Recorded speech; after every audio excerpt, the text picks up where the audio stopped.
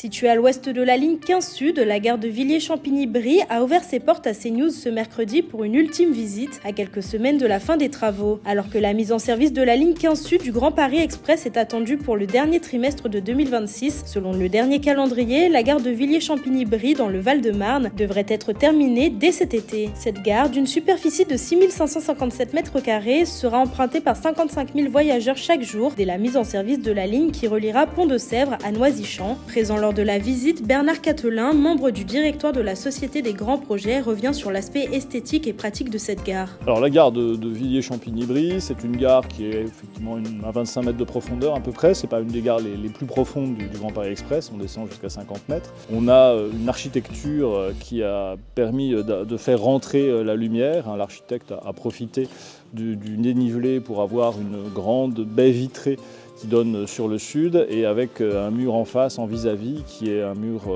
métallique jaune qui va refléter cette lumière. Donc quelque chose qui est, je pense, particulièrement réussi, qui sera spectaculaire et apprécié par les passagers. Au niveau des quais, les portes automatisées permettront une totale sécurité pour les voyageurs puisqu'elles seront intégrées à la façade de protection, à l'image des autres gares du Grand Paris Express. Autre élément pratique de taille, la gare de Villiers-Champigny-Brie sera raccordée au RER E à l'horizon 2030. Les voyageurs pourront rejoindre le quai du RER géré par la SNCF directement via un pont. Pour rappel, 4,9 milliards d'euros ont été investis en 2024 par la Société des Grands Projets pour développer les transports publics.